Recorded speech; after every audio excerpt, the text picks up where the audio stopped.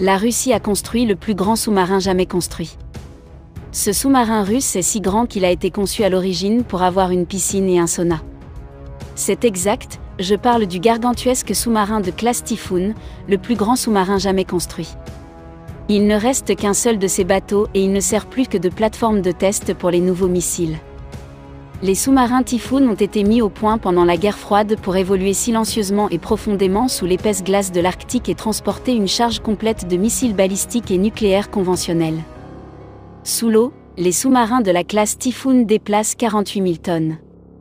En comparaison, les sous-marins américains de la classe Ohio ne déplacent qu'environ 19 000 tonnes.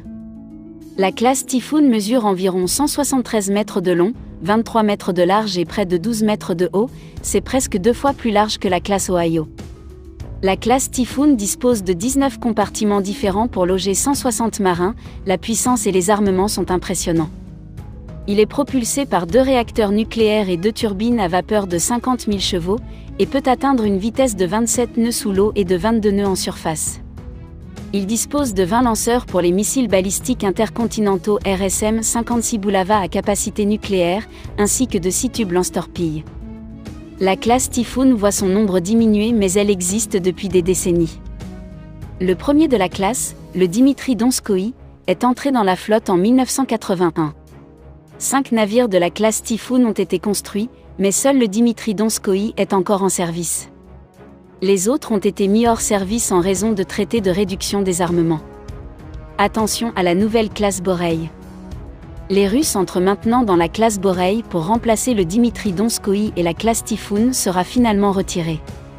Selon certains rapports, le Donskoï rejoindrait la classe Boreil après un important carénage et vivrait pour combattre un autre jour. En 2019, les organes militaires russes ont également annoncé que 2 autres sous-marins de classe Typhoon allaient connaître une nouvelle vie en tant que porteurs de 200 missiles de croisière calibre. L'idée était de suivre le rythme des sous-marins américains de classe Ohio qui peuvent transporter 154 missiles de croisière Tomahawk. Ce projet s'est avéré optimiste en raison des problèmes de coût et des défis techniques liés au réaménagement. En raison de sa taille et de son âge, le Dimitri Donskoï est coûteux à entretenir. Les Russes peuvent construire de nouveaux sous-marins de classe Boreil pour le prix de l'entretien du Donskoï. Il est probablement préférable que le Donskoï soit utilisé uniquement pour tester de nouveaux missiles plutôt que d'obtenir un réaménagement incertain pour rejoindre la nouvelle classe Boreil. Il faut reconnaître aux Russes le mérite d'avoir créé un sous-marin aussi imposant et d'avoir installé des équipements de confort à bord, comme une piscine et un sauna. Lorsque vous êtes immergé pendant 120 jours, il est agréable pour l'équipage de pouvoir se défouler. Le gigantesque sous-marin russe Belgorod navigue pour la première fois. Le dernier sous-marin de mission spéciale de la marine russe, le K-329 Belgorod, a pris la mer pour la première fois. Le sous-marin aurait quitté Severodvinsk le 25 juin 2021. Cela représente le début des essais en mer qui sont essentiels à la livraison du nouveau bateau à la marine russe. Bien que les spécifications détaillées n'aient pas été révélées, il est clair que le Belgorod est le plus grand sous-marin à être construit depuis 30 ans. En fait, le seul type de sous-marin qui est plus grand est la classe Typhoon. La coque élargie de ce sous-marin de classe Oscar II est estimée à 178 mètres de long et à environ 15 mètres de large. Son déplacement sera probablement nettement supérieur aux 19 000 tonnes de la classe Oscar II sur laquelle il est basé. Il est plus grand à tous égards que le plus grand sous-marin occidental, la classe Ohio de la marine américaine.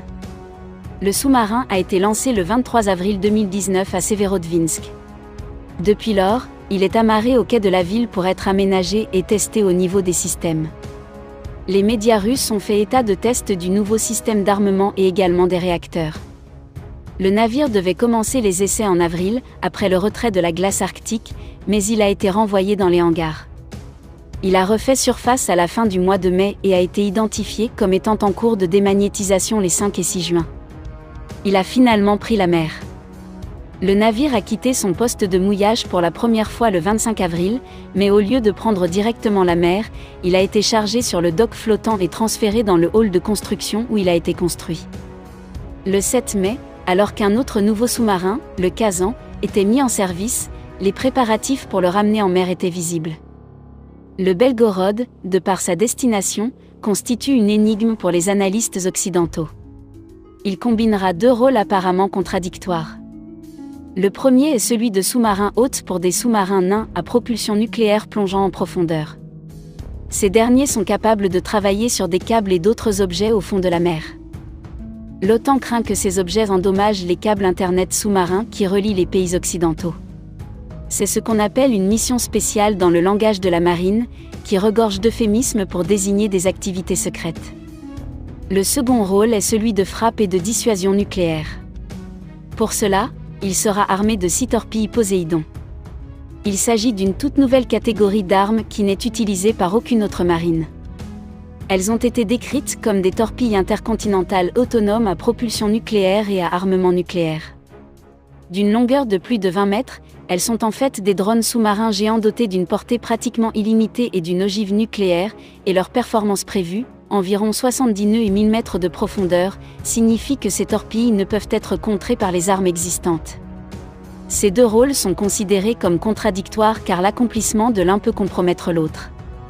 Le rôle de dissuasion nucléaire exige de rester caché et à l'abri du danger, alors que la mission spéciale peut l'emmener dans des zones potentiellement dangereuses, et le choix du rôle principal n'est pas clair non plus. Pour le rôle de mission spéciale, Belgorod est destiné à accueillir le sous-marin Locharik du projet 10831. Ce dernier a toutefois subi un grave accident le 1er juillet 2019, 2 mois seulement après le lancement du Belgorod. Un incendie dans le compartiment des batteries a tué 14 hydronautes, c'est un terme russe désignant les équipages d'élite qui pilotent ces sous-marins de grande profondeur. Le Locharik est toujours en cours de réparation, ce qui pourrait prendre encore des années. Peut-être pour atténuer les retards dans la remise en service du Locharik, il a été signalé qu'un autre sous-marin nain de grande profondeur est en cours d'adaptation pour s'adapter au Belgorod. Le AS-15 est un sous-marin de classe cachalot du projet 1910, connu sous le nom de classe uniforme par l'OTAN. Il a été construit en 1983 et lancé en 1991. Malgré son âge, sa coque en titane est probablement en bon état et l'idée de le moderniser n'est pas irréaliste, mais la classe uniforme n'a jamais été conçue pour être transportée sous un sous-marin hôte et les modifications devraient être très importantes. À ce stade, ces rapports ne sont pas confirmés et doivent être traités avec prudence. Le déploiement de l'armement Poséidon prendra également quelques années, de sorte qu'il faudra peut-être attendre encore plusieurs années avant que le Belgorod soit véritablement opérationnel. De récents rapports des médias russes suggèrent que le sous-marin servira dans le Pacifique, par opposition à la flotte du Nord basée dans l'Arctique. Cela semble contre-intuitif, car cela mettrait à rude épreuve la logistique des submersibles de plongée profonde qui sont basés dans la flotte du Nord. Quoi qu'il en soit, il s'agit d'un sous-marin unique et impressionnant que les analystes suivront de près.